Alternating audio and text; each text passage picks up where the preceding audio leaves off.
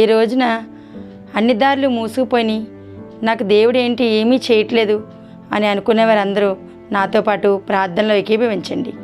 కళ్ళు మూసుకోండి.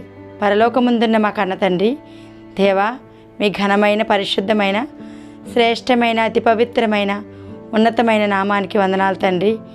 దేవా, ఎవరైతే తండ్రి అన్ని దారులు మూసుకుపోయి నా తండ్రి నాకు ఏది సహాయం లేదని ఎవరైతే బాధపడుతున్నారో తండ్రి, వారందరికీ మీరే సహాయం దయచేయమని తండ్రి, మీ కృపను అనుగ్రహించమని, వారి ద్వారాలు తెరవమని, వారికి స్వస్థతను అనుగ్రహించమని తండ్రి ప్రాధేయపడుతూ వేడుకుంటున్నాను తండ్రి.